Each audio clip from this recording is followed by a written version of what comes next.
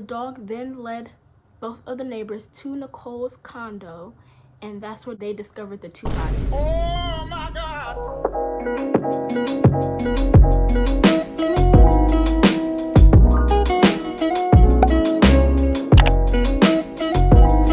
Hello, my name is Brittany Johnson, and welcome back to my YouTube channel.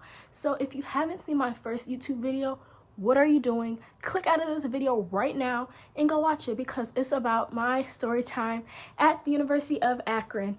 But without further ado, we're gonna get into this week's video.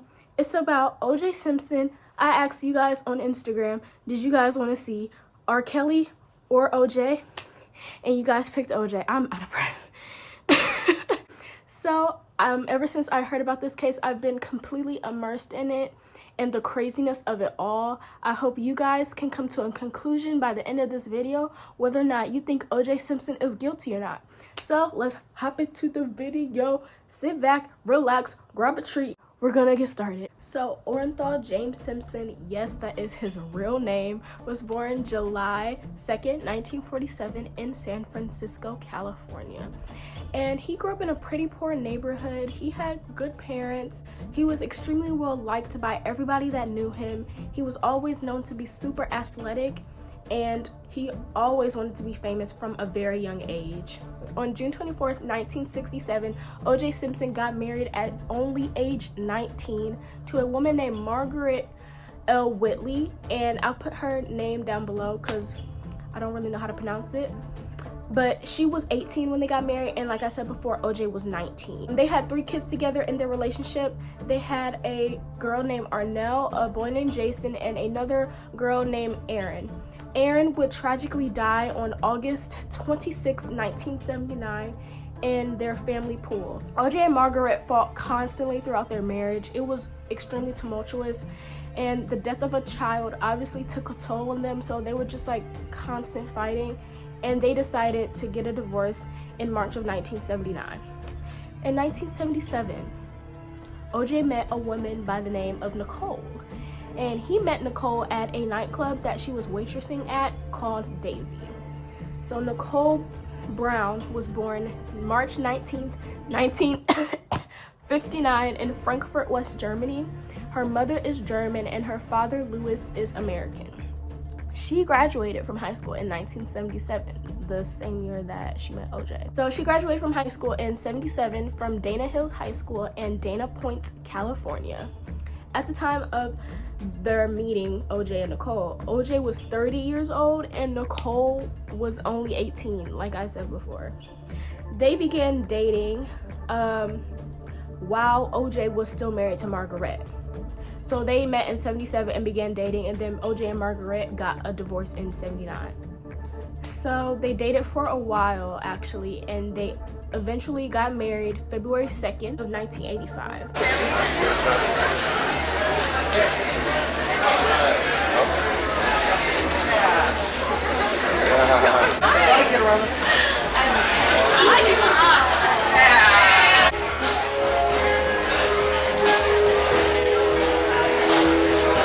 They had a huge wedding, of course, because O.J. was famous, and he was like, I'm about to ball out. I'm about to have a huge wedding with my second wife. Very soon after their wedding, O.J. and Nicole gave birth to O.J.'s child. This is his second marriage, and they had a girl named Sydney who was born in 1985, the year they got married, and then 3 years later they had a second child named Justin in 1988. During the course of Nicole's and O.J.'s marriage, just like his first marriage, it was extremely tumultuous. They were arguing all the time. It was crazy. Even Nicole's family knew about it. I'll get more into the relationship later on because it ties into the rest of the case, but ultimately their marriage ended in a divorce, which was filed in 1992. Now we're introducing Ron Goldman. Ron Goldman was born July 2nd, 1968 in Buffalo Grove, Illinois, which is near Chicago. He, just like Nicole and OJ, were extremely well liked by everyone that knew him. Nicole and Ron met 6 weeks before the murders took place. They grew increasingly close, although we can't say for certain that they were dating. Police say that it was a platonic relationship, but it was also speculated that Ron had a crush on Nicole. They hung out frequently. They went to parties together. They hung out a lot. They went to lunch, and Ron even borrowed Nicole's Ferrari. Like, they had to be close. That's crazy. So, June 12th, 1994, the day the murders took place, was a typical day. Nicole went shopping in the morning, and she also bought roses or flowers for her daughter Sydney because there was going to be a dance recital happening later on. The dance recital began at 4 p.m. at Sydney's middle school, and everybody in Sydney's family attended the performance, so it was a pretty big deal.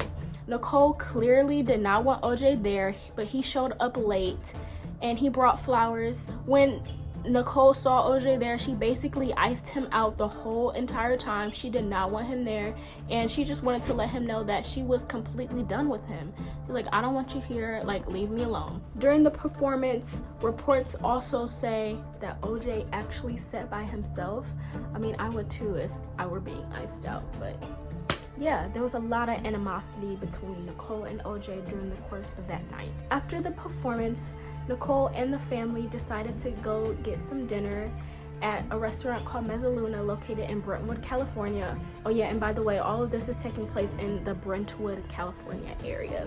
So they decided to go to dinner, and they made it clear to OJ that he was not invited to dinner. A ton of rumors also circulated around Nicole that she was messing with some of the men who were, I think they worked at Mezzaluna, or they were probably customers there. It's probably not true, but I just wanted to throw that in there for effect. But anyway, after dinner was over, they decided to stop at a nearby ice cream parlor around 8 o'clock p.m. and to get ice cream for the kids. So Nicole and her kids arrived home around 9:15. And around 9:30, one of Nicole's sisters called the restaurant because Nicole's mother left her glasses at Mezzaluna. So Ron, Nicole's friend, like I mentioned before, worked at Mezzaluna. He was a waiter there, and he volunteered to drop Nicole's mother's glasses off at Nicole's house. So while all of this is going down, while all of this is taking place, OJ, after the performance, decided to go to McDonald's for dinner with a friend and a roommate who lived in his guest house behind OJ's actual house. And this man's name is called Brian Cato Kalin. So Cato, I guess is what they call him. It's probably a nickname, middle name, I'm not sure. But they decided to go to McDonald's at around 9:30ish. And they got back at OJ's house around 9:45 p.m. Now back again, we're going back to Ron. He left Mezzaluna around 9:48 to 9:50 p.m. with Nicole's mother's glasses and a white envelope. So at 10:41 to 10:45-ish p.m., Cato, who lives in OJ's guest house, heard a thumping on his opposite wall in the guest house. So he went outside to investigate that. 3 times or so. Was that 3 noises that you heard? I believe it was 3 noises. It was thumping. It sounded like 3 thumps. Yes, And where did the thumps seem to come from? right behind the bedroom wall, where my bed would be. You said you have an air conditioning unit in the hole in the wall? Yes, Was it in the same wall that the air conditioning unit was in? yes, Was it near the air conditioning unit that the thumps seemed to come from? yes.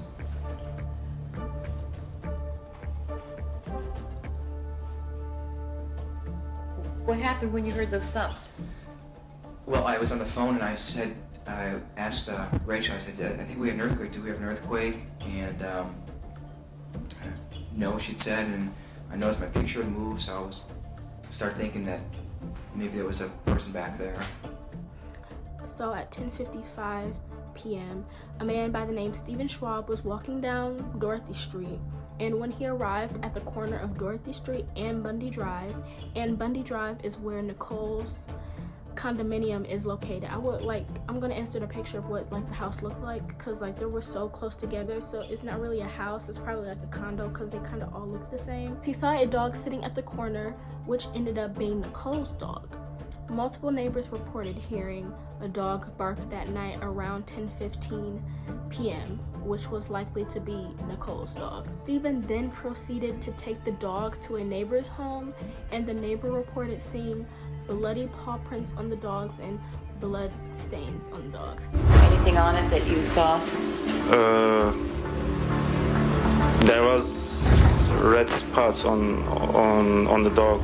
And what did that red spots look like? Those red spots look like to you? Blood. The dog then led both of the neighbors to Nicole's condo, and that's where they discovered the two bodies. Now I'm going to get into some detail about how the bodies were found. I am not going to put in pictures out of respect for the family and the victims. If you want to see that, there are plenty of pictures on Google, so you can do that to better understand the crime scene. But just a warning, I'm going to be describing some of the things that happened to Nicole and Ron. It might get descriptive, so if you are sensitive to that, I would click out of this video or just skip a few seconds later. But the bodies were discovered 12:10 a.m. June 13th of 1994, and they actually died the night before, June 12th, 1994. She was found stabbed on the left side of her neck 4 times, and she was found in a pool of her own blood. She was actually still wearing her earrings and her wristwatch when they found her. She was found on her left side, her right hand was clutching her throat, and her left hand was extended outwards. Ron's hands were extremely bruised and scratched. His sides were also the same. Evidence suggests that Nicole died first and Ron arrived shortly after, to drop off the glasses, and OJ attacked him. Evidence also suggests that the two were involved in a violent struggle. I'm referring to Ron and OJ. They were involved in a violent struggle. Ron put up a great fight. He was trained in self-defense. He was much younger than OJ. I think he was 25 at the time. And OJ, I forgot how old OJ was, but he was much younger than OJ, trained in self-defense, and they were probably like the same height. Weight was kind of in comparison, but anyway, that's why all the scratches were found on him, because Ron was not going down without a fight. Items found at the crime scene were a black beanie, glasses, bloody footprints, and famously a leather glove. It's extremely sad because Nicole's children were upstairs in the house still while their mother was outside dead, and they had no idea. At 10:25 a.m. the night of the murders, a limo driver by the name Alan Park arrived at OJ's house because OJ was scheduled to leave to Chicago that night at 11:45 p.m. for something related to Hertz. Alan Park, like I stated before, buzzed OJ's intercom because he's rich and he has an intercom. But he didn't answer. Just before 11, the limo driver reported seeing a shadowy figure about 6 feet tall walking across the yard to OJ's house. And why don't you just say it was OJ? Like, who else will be going to OJ's house? But anyway, when he saw the shadowy figure just before 11, once again at 11, he buzzed the intercom once again, and OJ answered this time, and he was like, "Hey, sorry man, I overslept and I just got out the shower, but I'll be down in a jiffy." And the limo driver was like, "Okay." So at 11:45, OJ made his flight to Chicago, and he was actually on time. He didn't miss his flight even though he overslept. But by the time OJ was contacted about Nicole's death, he was actually already in Chicago. Convenient? I think not. But while in Chicago, OJ got a phone call by Detective Ron Phillips. He was obviously working on the case, and he called OJ and he informed him that his wife died. His ex-wife just passed away. And what was extremely weird and concerning is that when they notified OJ that his ex-wife just passed away, the first question he asked was who killed her. The question he didn't ask that any normal person would ask was, how did she die? Or like, what happened? It's like, the normal questions anybody would ask. Like, he just resorted to who killed her. Like, how do you know if she got murdered?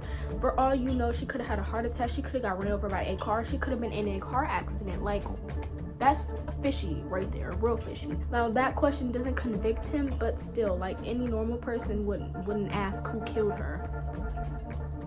But anyway, they asked OJ if he would come back to Los Angeles, and he said, yeah, sure, I don't have any problem with that. So he went back to LA, and as soon as he got back, 12 hours after the murder, OJ got interviewed by the LAPD, which is the Los Angeles Police Department, and he was interviewed for only 3 hours, and then he was released. He was not a suspect at that time, but soon enough, like all smart people do, they put the pieces together and they were like, yeah, something's fishy going on. Remember how I said how the glove was found at the crime scene? Well, the glove was DNA tested, and the DNA of Ron, Nicole, and OJ was found on the glove. DNA does not lie, so I don't care what, like, all this DNA evidence, there's more, trust me. But still, you can't, like, fake DNA. Especially in the 90s. It was kind of like, it wasn't new, but, like, it's not as good as testing as it is today. So, it's kind of hard to fake DNA. Just FYI. So, in the beginning, nobody suspected OJ. People in the public loved OJ. They thought that he could never be capable of doing such a heinous crime. And just like your favorite celebrity, you would never expect somebody to do something like that because you love them and you wouldn't expect the worst. Like, you obviously want the best, especially like with Michael Jackson. Like, nobody would suspect him doing that, but you don't know people like you think you do. So OJ was not a person of interest at all, but he was becoming extremely suspicious. He was doing stuff that an innocent person would never do, and it was especially strange because he had a cut on the left side of his Oh my God!